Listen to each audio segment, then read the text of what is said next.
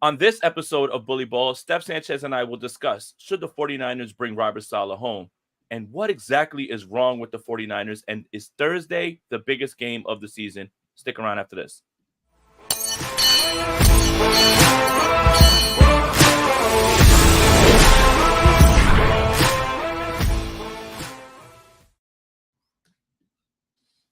I'm Jason Aponte. That is Steph Sanchez. This is the Bully Ball Podcast on the Gold Standard Podcast Network.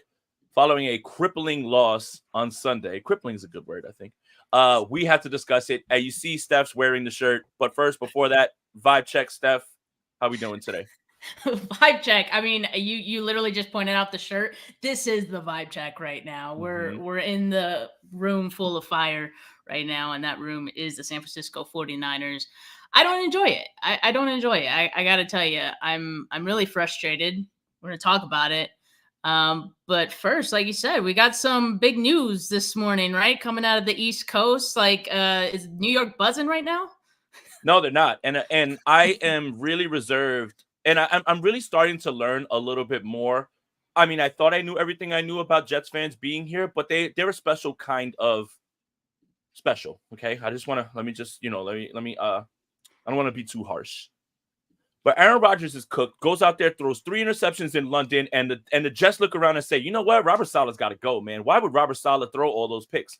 Aaron Rodgers is washed, and you made them bring Nathaniel Hackett and Alan Lazard and Randall Cobb. Why don't you ask what Jordy Nelson is doing? Aaron Rodgers is the problem, and it's not Robert Saleh. Perhaps Robert Saleh is not a good head coach.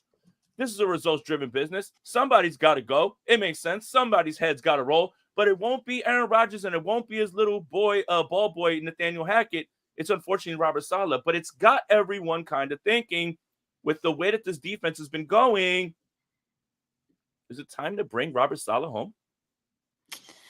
Man, I got to tell you, I'm entertaining the idea. But first, I got to say this. Look, I haven't been on the fire Nick Sorensen train, right? Correct. Like, it's week 5.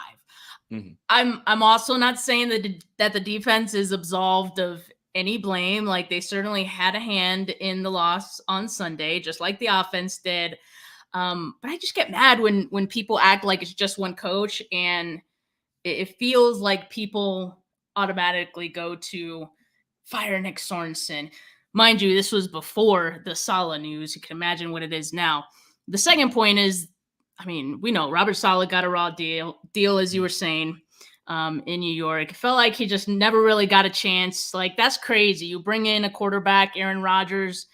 He gets hurt last season. Obviously, they look bad because that quarterback is hurt. And then when that quarterback is back, I'm just assuming, right, that quarterback had a hand in, this decision. You're not assuming. You're just smart. He has too much power. But anyway, all that being said, I think the 49ers should absolutely make a call to Saleh and just see how they can stay connected, or hire Saleh in a different capacity, such as a consultant. And so I'm not advocating for the 49ers to fire Nick Sorensen for Saleh. I don't think that's happening, first of all. Definitely not after week 5. I've seen a lot of people run to, that solution for this team. I don't think that's the way to do it. In fact, I think it's funny how some of you guys don't see the irony of saying Saleh never had a chance in New York. They treated him unfairly, while in the same breath wishing for Sorensen to be fired after 5 weeks. But I digress. And so, look, one reason I don't think it happens, at least not this season, I think Saleh obviously probably going to take a break like most guys who get fired mid-season do. In fact, I think Mike Silver already reported that. He's still getting paid by the Jets. He has a family. He might get an itch for coaching, maybe come back around playoff time, join a team as a consultant. And so, like I said, that's something that if I'm the 49ers, I'd be running to get that man in the building some way, somehow. Then in the offseason, if you know that Sorensen is not your guy by then, you let him go. You give Robert Saleh a call to rejoin as defensive coordinator. Because I've always said, if the 49ers could find a defensive coordinator who was a bad head coach that nobody wants to poach from you, like, you got it made. Like, that's the jackpot. That's the dream. Like, you see the Chiefs with Spags. Look at Minnesota with Flores, Schwartz in Cleveland. Like, they got it made. Those are some of the best defensive coordinators in the league. And it would be awesome if the 49ers could have some of that. So, one step to doing that is just call Robert Saleh. I think he would be interested in returning. That is, if he doesn't get another head coaching opportunity in the offseason. But I mean, you have to make that call. Yeah, the consultant way is the only way this works, obviously. It's just we've seen it play out too many times, and especially last year. And I'll give you an example. The Philadelphia Eagles decided to move on and bring in Matt Patricia, and that didn't help the defense anything, right? I do think that you still, for better or worse, have to see this out with Sorensen. And it would be in a consultant capacity, a la Vic Fangio, when we all thought, hey, Fangio's coming home, we're going to get him back. Now, does that work that way? I don't know, but it has to be in this capacity. By the way, Robert Saleh is under no pressure to come back. The man is going to make for the rest of the year $800 per hour just to be home with his family. I don't blame him for taking time off, especially with the way that he was handled and the things that are coming out and being in with the Jets and being tossed under the bus for the fact that he didn't draft Zach Wilson. He didn't want Aaron Rodgers. He didn't want Nathaniel Hackett. If you're not tied to the personnel and you weren't the person that was choosing them, I understand it's a results-driven business, but he's being thrown under the bus and undermined by decisions that were made over his head. And now Aaron Rodgers is playing like dog shit. He threw 3 interceptions, and then everybody looks around like, oh, it's Robert Saleh's fault. Yeah, Robert Saleh overthrew a receiver. Robert Saleh threw a pick six. His defense is fine. I'll never understand this discussion, but somebody's head had a role, and obviously you're a smart girl, Steph, and our viewers are very smart. Stop it. You know Aaron Rodgers got him fired. You know it. And there's no, I don't have to know anybody in the building. That's not inside information. It's the worst kept secret. So in that capacity, he'd have to come back in that way. But yeah, you have to stick it out with Sorensen. Now, one thing that is really interesting is Mike Silver went on KMBR and started hinting at the idea that if this 49ers game on Thursday doesn't go the way that it should with the defense, then Brandon Staley will take over. And you know what, 49ers fans, you're going to get exactly what you wanted because you hated the Brandon Staley hire. You hated it, and now you'll have your guy on a platter to blame if the defense doesn't turn around, if they do make a move like this. But I do feel that it is a little hasty, and it is kind of indicative, if true, kind of indicative of a little bit of panic setting in right now, even after 5 games. That part is more troubling than the idea of it actually happening. The idea that already after 5 games, you could even consider something like that. And that's the part that's a little bit scary. And that's just one of the issues with this 49ers team. And we're going to detail it all. We're just talking about this Robert Saleh thing. Robert Saleh can come back as a consultant. If not, that's fine. But if we're talking about Nick Sorensen being relieved of his duties for Brandon Staley, that has rarely worked. It works with offensive coordinators. You know, somebody takes over the play calling. I'll give you an example.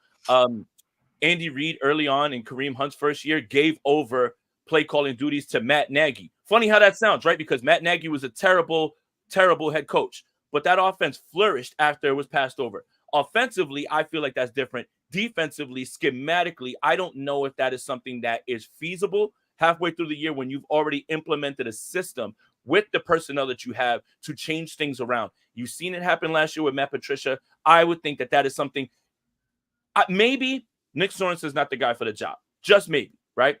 But it would be a panic move and something that could cause even more problems because you can't hit the ground running 1 week after Staley takes over to kind of make this move, and it feels like a panic move. I need people to think a little more critically about these issues, including the 49ers, if they're actually thinking about moving on from Sorensen after just 5-6 weeks. There's a lot wrong with this team right now, and only maybe even half of it has to do with the defense. I need everyone, including Kyle Shanahan, to look in the mirror and see what needs to change in a lot of facets of this team, because there's no excuses as to what's going on. I know everyone called Steve Wilks the scapegoat. If you fire Nick Sorensen after 6 weeks, like, I'm sorry, like I can't help but think like he'd be a scapegoat, right? Like, so everyone's got to have a hard look at themselves and see what they want this team to be and right the ship, you know? Yeah. Because I agree, like that would be an overreaction and one that would hardly ever end well for the team that does it. So I guess be careful. But I can't help but think at the same time that part of the reason they brought Brandon Staley in was a hedge, right? Like Yeah, everyone said that. So yeah, like now we're at this point where, you could play that card. But yeah, I don't like it. yeah, Doesn't give me a good feeling. yeah. Not at all. Greg says enough of this. Hire Salah. It's not up to us, man. If it were up to me, I'd do what you guys would want. I just don't think it's gonna happen. So yeah, with the defense, I think let's just get into it. Okay. The issue is a lot of things, right? The secondary is especially troubling through 5 weeks, and I'm gonna explain why. Our safeties can't tackle. Talanoa Hufanga is consistently out of position when he plays. Jair Brown is still taking poor angles. Diamador Lenore is the best corner on this team. Not a bad thing, but Mooney Ward is playing what, quote unquote, he said, the worst ball of his career, and I'm not going to argue with him. Isaac Yadam allowed one catch on Sunday, and it was that Marvin Harrison play where it was just like zero blitz. Kyler threw up a prayer to a spot. It got there, but Isaac Yadam didn't allow a catch. Malik Mustafa didn't allow one catch at all. 2 missed tackles. And Ward is injured because yesterday's participation report, even though the team was off, is he would have not practiced. Now, my problem is when we went into this season, we looked at this secondary and said, oh my God, this is the strength. We've got something now that we can lead to coverage sacks. It's not happening. So I think my biggest concern with Sorensen is less the defensive line, is the way they're putting people in position. Charvarius Ward should not be 30 yards away from people that he's trying to cover. I don't understand that. It's an easy turn at 9 yards, catch the ball, and gain a few yards. Demo's a dog. But everything else just seems to be off and out of place in the secondary. And it all starts with Mooney. Is Mooney banged up? Sounds like it. Does Mooney have to play better? For sure. The fact that we can't set our watch to Charvarius Ward in the secondary this season is far more troubling through 5 weeks than almost anything on the defense, right? Because, yes, Devondre Campbell is a target. The safeties are a target. Go after them. Make sure to make them come up and tackle. Prey on their aggression and run right past them. How many times does this team have to see a zone read before they figure out how to stop it? The zone read happens and it looks like they have no idea, like they've never seen it. Hufanga's spinning his head around and Kyler Murray's already pointed to the end zone before he leaves the line. When does the secondary step up? And my question is this. Hufanga, all pro, fine. Everybody loves him. He's injured. That's fine. But you know what? If we're going to have a guy who's going to miss tackles and be out of position, then play Malik Mustafa. If we're going to have a guy that's getting picked on and a target at linebacker, play D. Winters. Because I can live with the bumps and bruises for a rookie getting reps. I cannot live with veterans who don't know what the hell they're doing. I can't live with that. That I can't live with. A rookie going through the bumps and bruises is one thing. But veterans who don't know what they're doing and they look like this is their first time ever seeing an NFL offense, I cannot live with that. Give me the rooks, play the rooks, and I'll live with the bumps and bruises with the rooks. Sorry. That's what I've been saying for a couple of weeks now with the defense, because it's like if these younger players are just as capable of making the same mistakes as these veterans, then why not? At least I know that if a younger player is out there, he's learning and he has the chance at, increasing his ceiling in the process, right? But yeah, veterans are who they are largely. And yeah, I mean, it's so weird what's happening with the defense because look, I think some of us at least are continuing to give Nick Sorensen some grace, some time to figure it out. there's also a point where it's on the players to execute, and we're not seeing the execution. Like, you have James Conner right in front of you. Wrap up. Wrap up. Get him down. Like, I saw so many times, like, defenders right in his face. Get his ass. Like, what are we even doing here? And then just the amount of missed tackles that they had in this game, what I believe it was like 12. That It's feels low. that feels low, right? Felt more like 17 plus or something like that in the second half alone. And if you and missed tackles means that you were in position. What about the plays where guys are just spinning around, not knowing where they are, and there's a wide open gap? Like, missed tackles are you were actually there. You can't get a missed tackle if you're not in position at all. Yeah, I think what I'm seeing from this team, and everyone's been talking about it, right? They can't finish. Like, that's kind of the theme of this team so far from like the start of the season. There were even times in the game against the Patriots where it kind of felt like, oh God, like, are you really trying to give this game? Luckily, the Patriots are allergic to scoring and working down the field. Otherwise, if it was a better team, like, I'd probably been a little more concerned in that game. And the 49ers were able to put that one away. But you see, against the Rams, against the Cardinals, they weren't able to do that. And it's not just the defense that's not able to finish. We're seeing it on the granular level of, like, on the defensive side, missed tackles. On the offense, we're seeing it in the red zone. You have a really good drive. You're getting into the red zone more than any other team in the league, and yet you can't finish in the red zone. You can't get points up. So as a whole, like, this team has an issue with finishing, and I don't want to hear that it's an identity issue. That feels like a cop-out. I don't want to hear about the Heat. That feels like a cop-out. I don't want to hear, oh, it's because we don't have Christian McCaffrey. That's a cop-out. I don't want to hear it's because, oh, Nick Sorensen and we can't adjust. That's a cop-out. At the end of the day, you're all grown men too, and you have some control in this as well. And I'm just not seeing that want. Like, the opposing team right now wants it more than the Niners do every time that these two teams step on the field. And so we're seeing the bullies get bullied, and suddenly they don't know how to fight back. Oh, I mean, I'm like appalled by this entire team right now.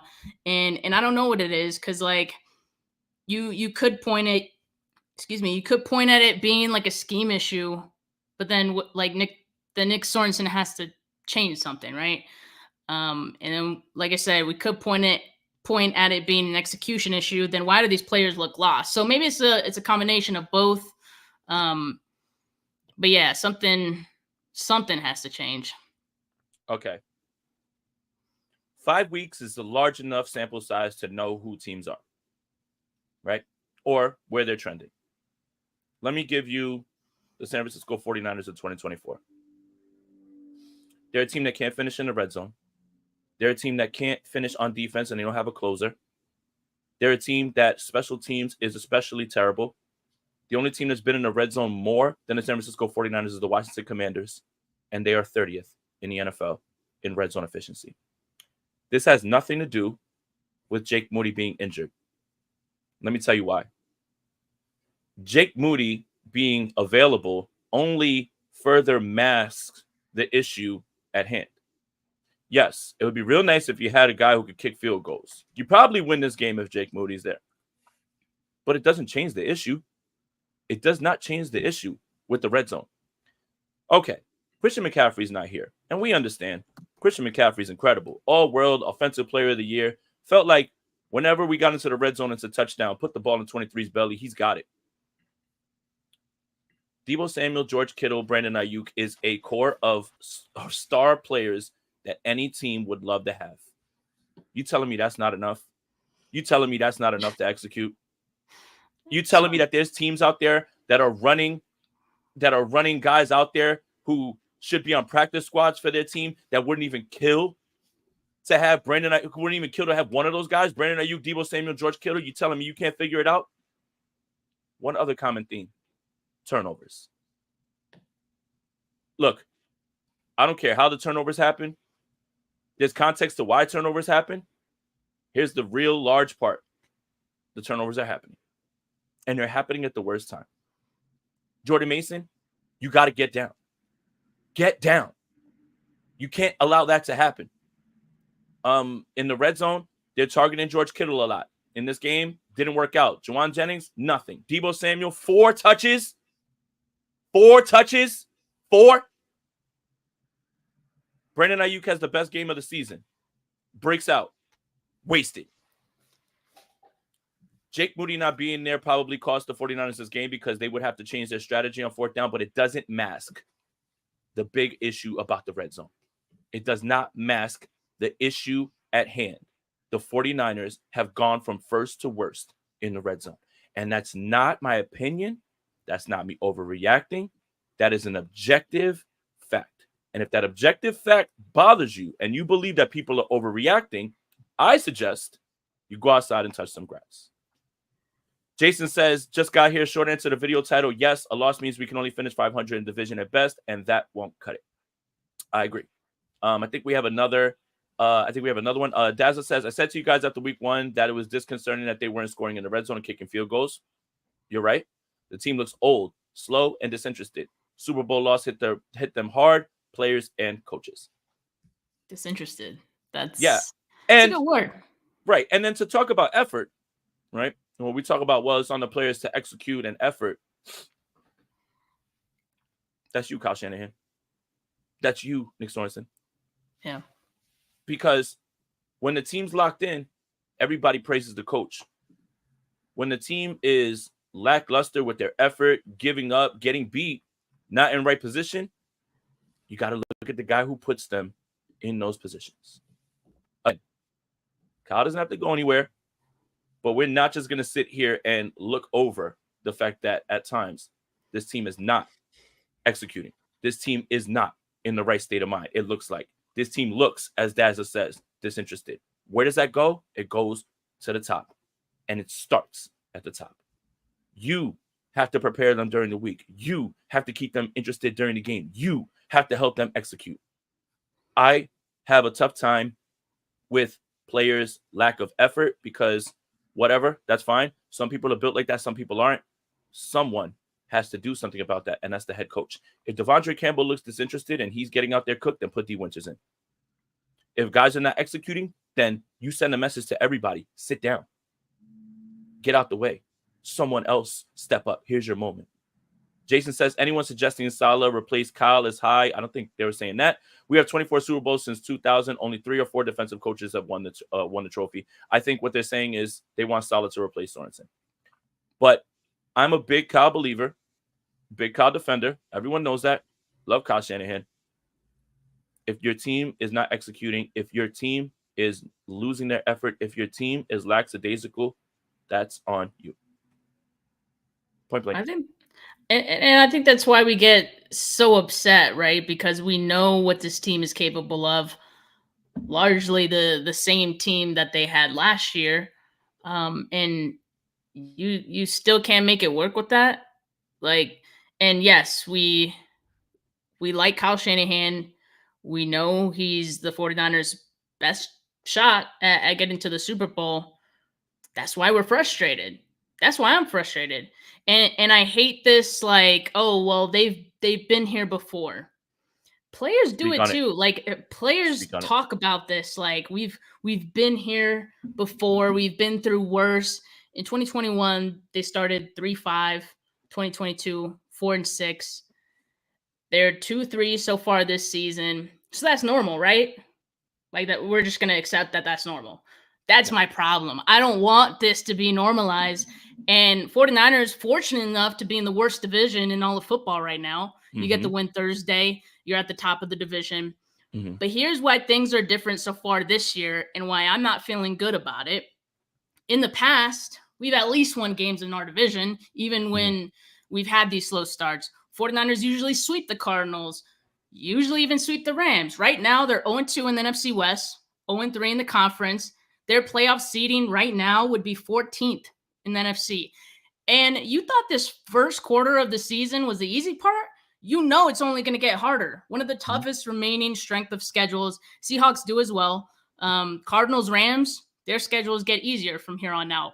But my point is this: if you can lose against not one but two bad teams in a span of 3 weeks, that's not just a fluke.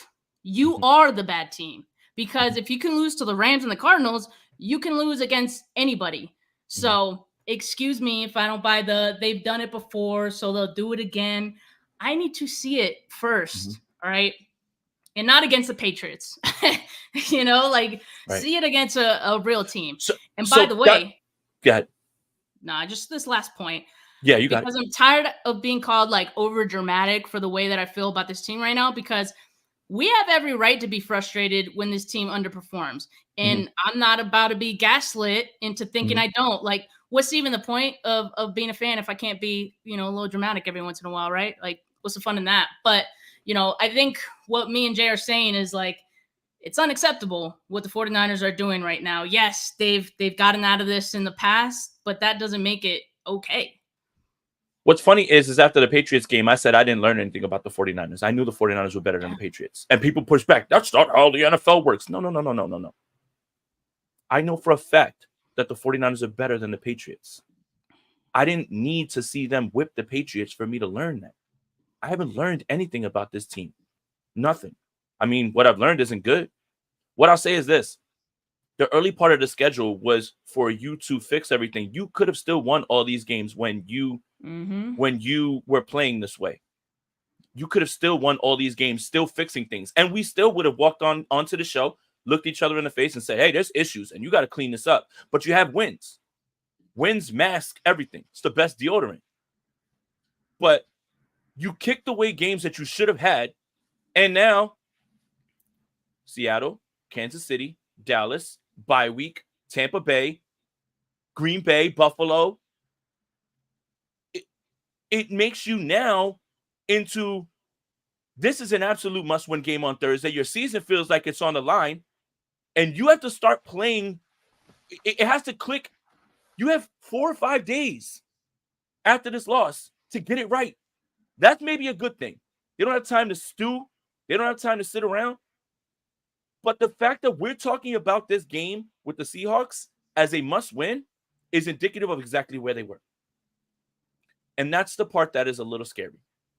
Because you could have still won these games. You could be 4-1, and we could still say, hey, they got trouble in the red zone. Hey, they got defensive problems in the secondary. We could say all those things. But when they don't come with a win, now your season starts to get dire. And now you have to turn it on. And a little bit to Steph's point about, well, the 49ers have been there. Yes, they have. It's nice that you're battle tested. That's cool. You've been through some bad things. Okay. But if you keep on every single year trying to go back and say, point to history and say, this is why, this is why.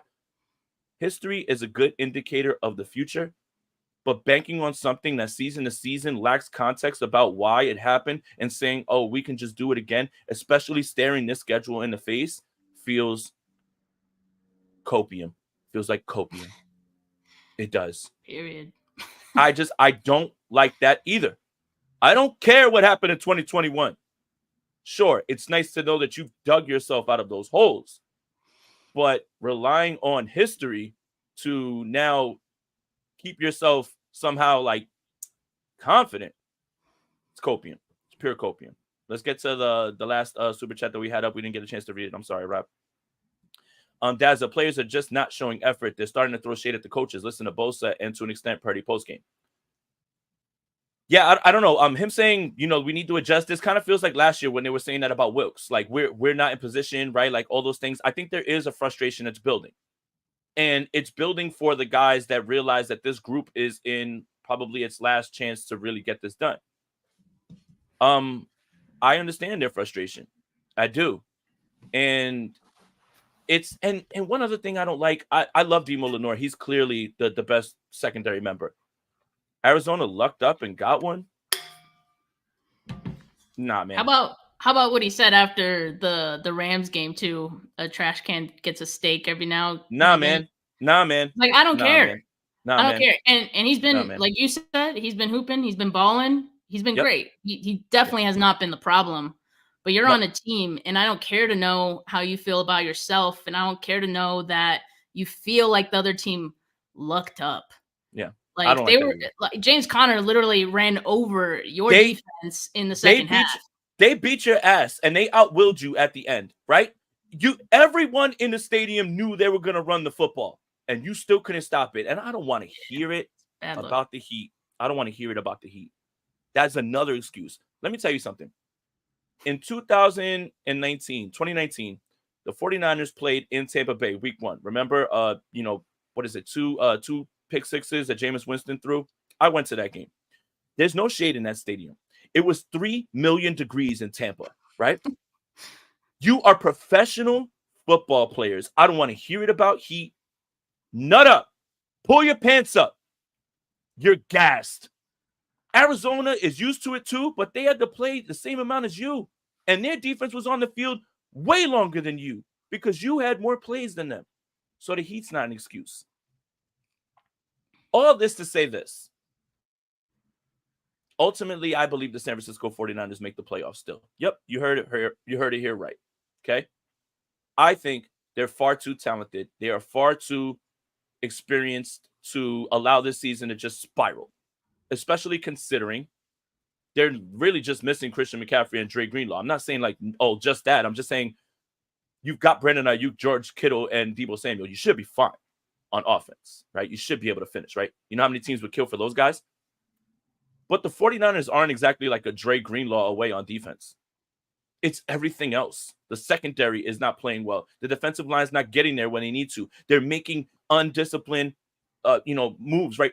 Sammy O hitting Kyler Murray on the head to give them a 2-point conversion. Little stuff like that. It all adds up to a loss. But the 49ers are one game away from making the playoffs and being in first place. Now, the problem with that is Chiefs, Cowboys, bye week, Bucks, the rest of the schedule. You essentially right now have to get into this bye week at worst 4-4. At worst 4-4.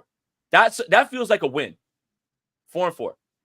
But if you can get in at 5-3 somehow, if you can win these next 3, boy, does that change the trajectory of everything because now you've got possible reinforcements, John Feliciano, Christian McCaffrey, maybe Dre Greenlaw eventually, right? This stretch is the most critical stretch of football for the 49ers, and we're going to find out right before this bye week whether the 49ers are like that or the season's spiraling. I think we have another super chat. Let's get to it.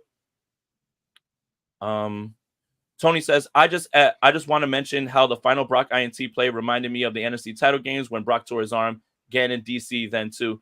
Yeah, look, and I guess this is a perfect segue into talking about Brock. Brock admitted that he was locked on a little bit too much to Brandon Ayuk. He should have got the ball to George Kittle right away and hit him because that's a chunk play. He would have literally run up the field and had them in a good spot. And Kyle admitted the same thing as well too. I don't think Brock Purdy played his worst game, but I don't think he played his best. And I think we love the running around, and everything because it's exciting. I would like to see Brock to get back to basics and kind of go back to getting the ball out on time, being on time with this offense, getting the ball out, stepping up, throwing it before all that happens, because there was clean pockets that he's kind of just running around in. And I don't know if that's because he's seen success doing it, but he's getting away from what made him special in this offense. And I think that's the part that I have a little bit of issue with in this game. It's just get back to basics, reel it in, just a little bit more, reel it in, and let's go back to what made this offense tough to defend, yak, all that type of stuff, quick throws, making sure the offense is on time. We love it when he runs around, but please, I need you to get back to basics, and I think that would help this offense a lot stay on schedule. Yeah, we've praised Brock for the last couple of weeks now about how he's extending plays and all this stuff. But I think we knew at the same time, there's a very thin line between doing that out of necessity and then just kind of going a little overboard with it. And we're kind of seeing how he's kind of become a little overboard with it and no longer doing it out of necessity. And like you said, he's leaving clean pockets. In turn, he's creating pressures for himself. Like, I want people to understand that the offensive line has been fine. And sometimes when Brock Purdy escapes a clean pocket, it will create a pressure. Like, I need people to understand that, because I'm still seeing people say, like, offensive line sucks, all that. It's not perfect. It's definitely not perfect. We could talk about that final interception play where, they're coming in 6-on-6, right? And couldn't get the right protection on that one. So they're definitely not perfect, like we've been saying. But I mean, yeah, Brock Purdy definitely had a hand in that loss. It was just a little sloppy and careless on his part, I think. He's been looking for, I think, the deep play a little too much. I've always appreciated that he looks downfield first. But I think in the situation, well, I don't know. It's the last play wasn't a blitz, so, but knowing that you had pressure, or I guess it was a blitz, but Jordan Mason was there, so you had 6-on-6. Um, I just thought he should have gone to the hot Ball's got to read. get out faster. Yeah, it's Yeah, right there. it was And Kittle. that's the play. The play was designed for Kittle, right? And Kyle That's what I'm said that saying. Yeah, he's going he out of locked on. structure. Right, he locked on to Brandon Ayuk. Obviously, that's good, but once you see that you don't have it, the play's there. You already know. So the ball's got to be out, right? And Kittle might be still running if he's hit with this, right? And then we're talking about something completely different. But it's little stuff like that is escaping this team in all facets. Little things. The little stuff that all adds up eventually to a loss. That's how you lose a football game. The 49ers earned that L. Oh, baby. If there was ever a game that they absolutely worked hard to lose, it was that one. They earned that one. Dazzle says Brock trying to justify $60 million. He's holding the ball too long. Even Brady called out the 11-second play, which resulted in the sack. Dude, that You one can't was take a the sack most there. egregious. You That was the can't most take the sack egregious there. of the day. That was You the most can't. egregious of the day. And knowing, like, situational awareness, right? Like, you're saying you can't take the sack there, not just because you're in the red zone, but you don't have a kicker, and you lose 9 yards on that. You have to try to then convert a 4th and 23. Like, it did not have to get to that point. It did not. Yeah. Like, you could just chip away at that. But that just made it so much more worse. So I wouldn't be surprised if Kyle Shanahan chewed out Brock Purdy, like, after this game, for a couple of things that he did. And hopefully we see better play from him. This week against Seattle, definitely an opportunity to get some things right on the offensive side. Because, like we've been saying, like, there's no excuses as to why this offense shouldn't be putting up points. You're getting in the red zone, finish. You have the guys to do it. I don't care. Christian McCaffrey isn't there. You should still be able to finish. So, you know what I find concerning, Jay, is that through the first 5 weeks of the season, on 2 separate occasions now, maybe even 3 at this point, we've seen different players say defenses just know what we do, and they're scheming us up. They know what we want to do. That's an issue. And what adjustments need to come from that. And that's part of the reason why, like, I think, again, like, Kyle needs to make some adjustments on the offensive side. Why, if defenses know what you want to do, you need to switch something up. I mean, I don't know what it is, but that's you, Kyle. Like, you're the genius. Like, you figure that out. But that's something that's really troubling to me so far through the first couple weeks of the season. You know what's troubling? And I wonder if I said it on here, but I feel like I was saying it during the Patriots week because I felt like there's a way that people are going to start to want to attack the 49ers. Oh dear, the 6-1 penny fronts are back. And when I first saw it coming back this season was the Eagles-Saints game. And Fangio got the 6 down linemen and the one, and the idea of penny fronts is 6 down linemen to stop the outside zone. Turn everything back in. If you want to run the football outside, and again, that was against the Saints and Clint Kubiak. How do you loosen that up? You got to throw the football. And that's the chicken and the egg, right? And I was wondering when it was going to start coming back. I thought maybe Jared Mayo would stick a little bit, steal a little bit from, because remember, if you guys remember how this came across, during the year that the Rams played the Patriots in the Super Bowl, Vic Fangio was the Bears, I guess, D coordinator, or he could have been their head coach. I can't remember. But he started running that against Los Angeles, the 6-1. And it worked for a little bit. And then Bill took it in the Super Bowl and held that Rams offense to 3 points and made Jared Goff make the throws. And Arizona was running that on defense. And I wonder if other teams that are equipped with their personnel, because a lot of what Arizona was running was 5-2-4, meaning they had one down lineman and they had 4 edge guys and 2 linebackers, 4 in the secondary. And they were fine with that with Jonathan Gannon. But copycat, little stuff. And I saw it popping back up, and I wonder if better teams with better personnel are going to force Brock into that. The way you beat it is this. If there's 6 and then there's 1, that means there's one-on-one everywhere. So you look to your X, throw the football out of that, and lighten that box back up. Then you can run the football again. But until you do, we're going to sit here in 6-1, and we're going to make sure that we keep all that outside zone inside. You need to throw the football to your X. The 49ers got away from that. Ayuk was crushing. Got away from that. Because this secondary was ripe for the picking. Anybody who called this as a breakout game for Ayuk, you knew it was coming because the Cardinals are terrible on pass defense. But I wonder, are the seeds being planted for slowing down this offense? And the real answer to beating 6-1 is throwing the football and throwing it one-on-one and making sure, and it's going to be tight windows. You have to be able to stretch the defense back out.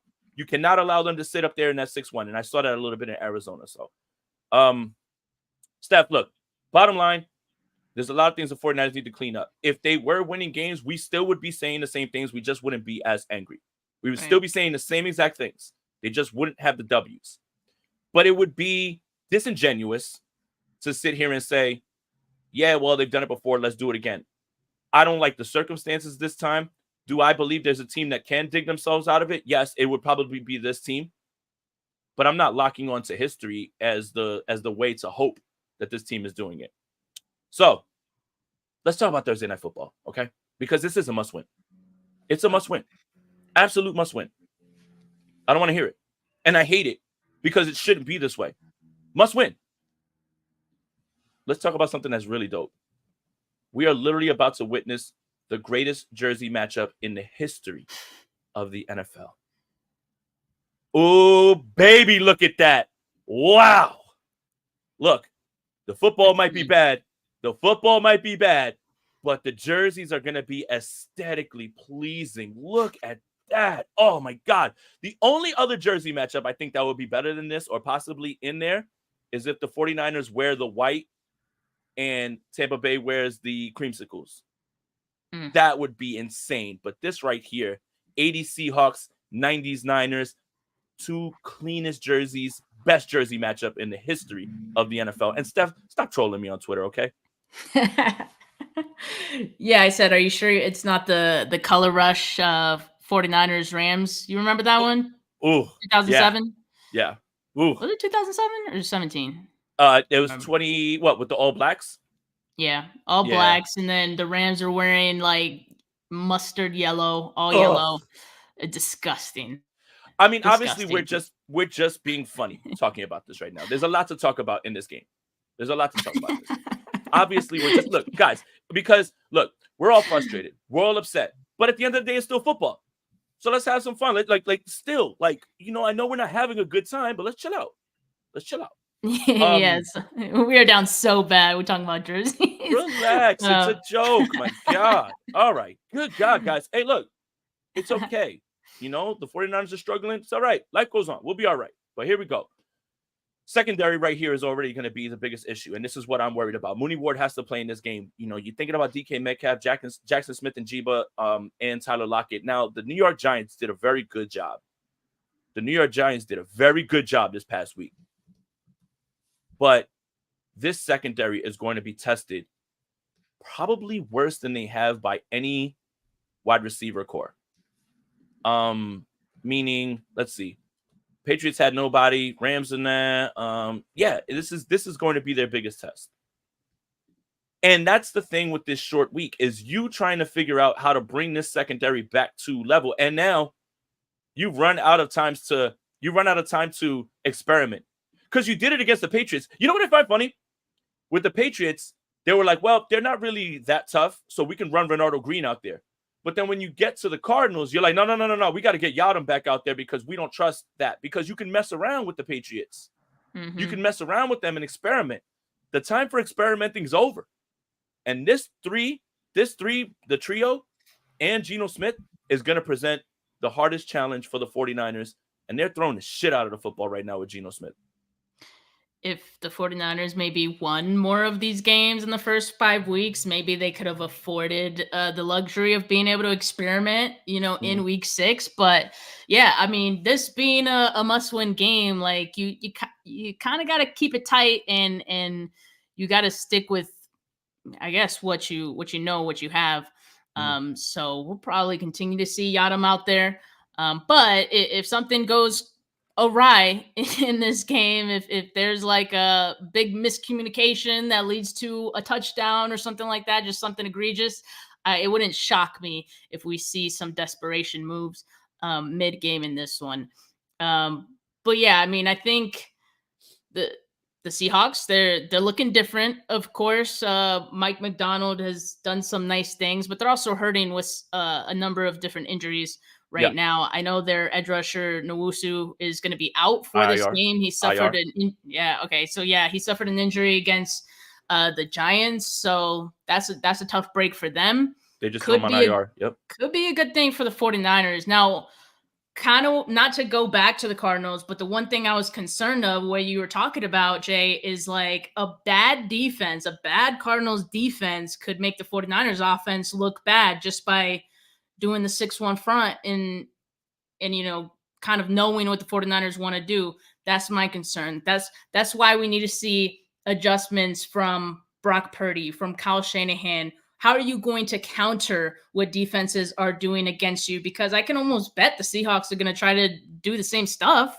Like, yeah, Mike McDonald has an identity with this defense and what they like to do. But I think so far we've seen teams willing to throw that out the window to play the 49ers in a way that matches best with what the 49ers like to do. Because everyone knows what the 49ers like to do at this point, especially without Christian McCaffrey.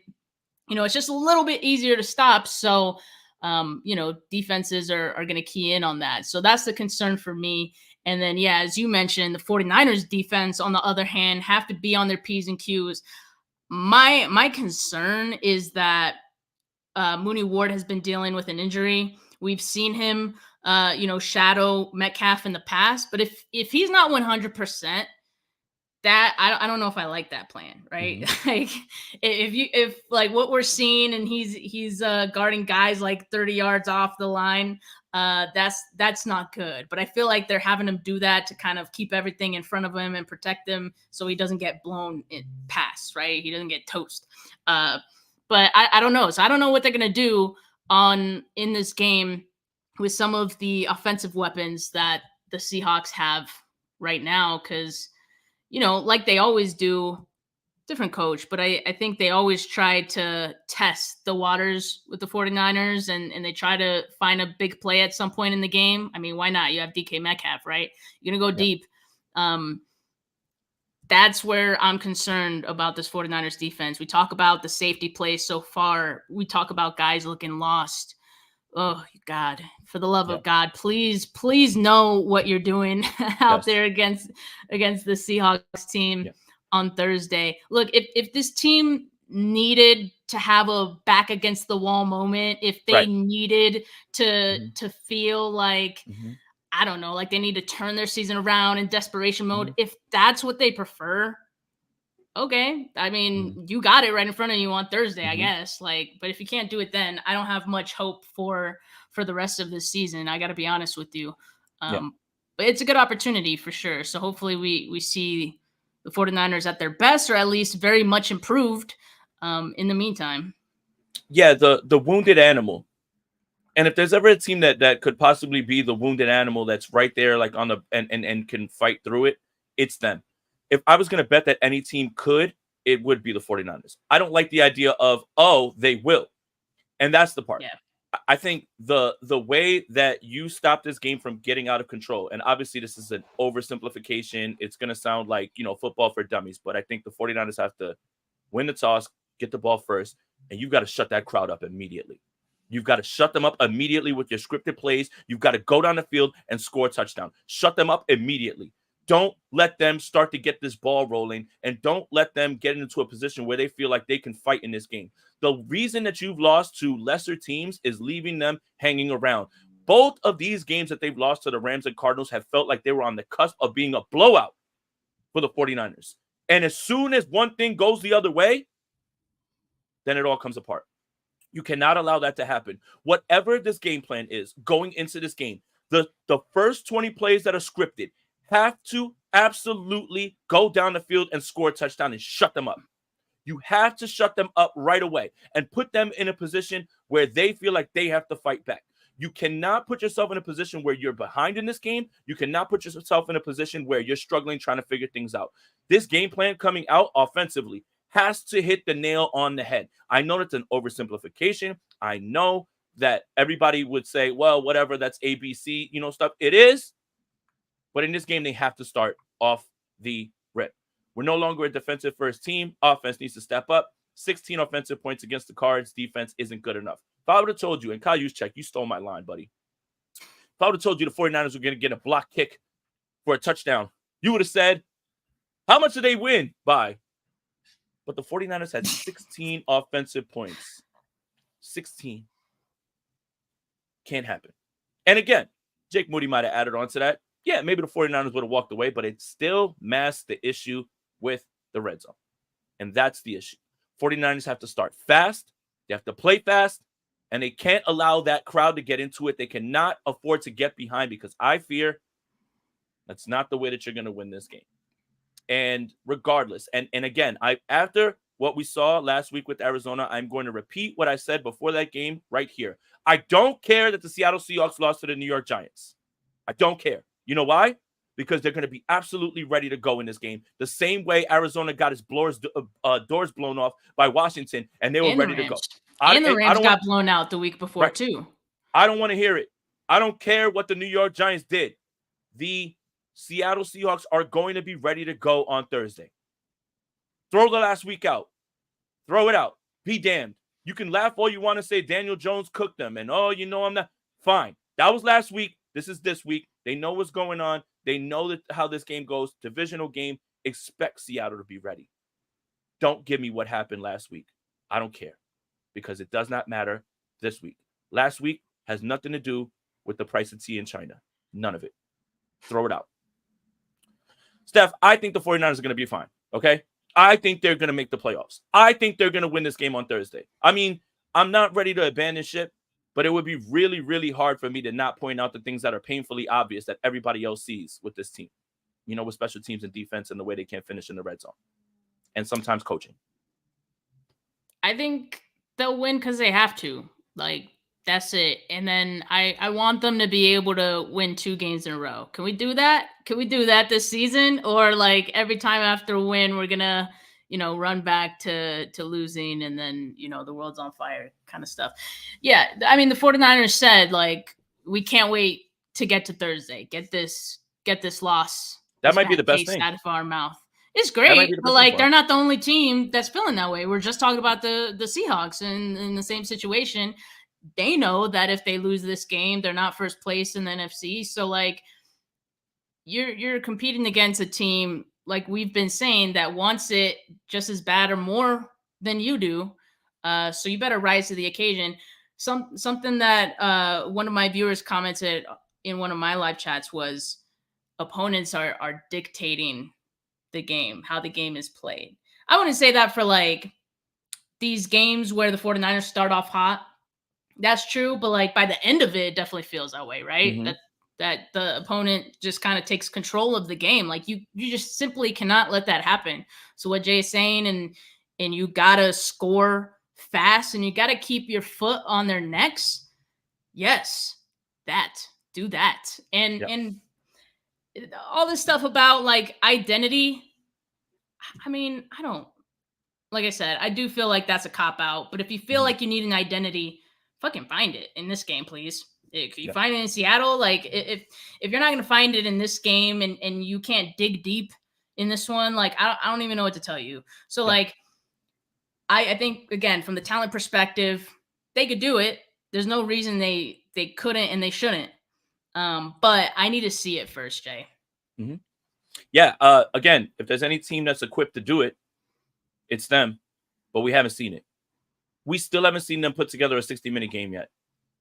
And even without having 60-minute games, we still all agree that they should be 4-1 at least. I think the one game that I know for a fact that they have no business winning is the Minnesota game. Because without Aaron Jones fumbling at the 1-yard line, that game gets completely out of hand. And Minnesota runs them. But every other game, you can look yourself in the face and say, we had it. We had a chance to win. Now, does that make you feel better? I'll give you this. Here's your silver lining. I'll give you this. Only one team has really run the 49ers out the building, and even then, the game was a little bit close, and that's Minnesota. Until I start to see them get boat raced the entire way by a team that they have no business being on the field with, then I'll really start to panic. But everything that you see in front of this team is fixable. Now, does that give you comfort? Because you're like, why is it taking so long to fix? I understand that. Completely get that. But everything's fixable, and it's little stuff. So for me, until I see them absolutely get like throttled, like where you're like, they don't even belong in the same field as this team, then I'll start to lose it a little bit. So I think that's the silver lining. That's the part that I keep looking at, right? Like Tony says, the Ravens game last year, it feels like that could have been, the game where you're just like, damn, dude, you might not be on that level. You might not be on that level. But Minnesota was Aaron Jones interception, a Sam Darnold interception, and Aaron Jones fumble from boat racing the 49ers, getting them off the field like completely. That's the only time I've ever seen them really overmatched. And even then, that game got close. But everything is fixable. Everything's fixable, and it's right there. And if anybody's equipped to fix it, it's the 49ers. I still believe, guys. I'm not here to dwell. Move on. Let's move on. Let's get to Thursday. I'm glad that this game is Thursday. I'm glad that you guys are pissed. If you're pissed, show us. If you're the team that we think you are, show us. Because it's put up or shut up. Thursday is an absolute must-win game. No question about it. You can't go 0-3 in this division. You have to do it Thursday. Not next week. Because if they don't win on Thursday, you're not gonna sell me on, they're gonna go get the Chiefs. You're not selling me on that one. All right. We're not doing that. It's emergency, please. It's emergency. Right. Just a little. It's Thursday. like, yeah, as long as we make the playoffs, like we can get to the Super Bowl. Guys, you gotta make the playoffs first. Playoffs. So you need to win some of these games. I just want to win a game. Playoffs. Don't talk to me about playoffs. All right. Almost an hour in. Thank you guys for joining us. This is another episode of Bully Ball on the Ghost Standard Podcast Network. Make sure you guys like and subscribe to this video and the YouTube channel. Make sure you guys are subscribed to the Bully Ball Podcast and the Ghost Standard Podcast Network, wherever you get your audio podcasts.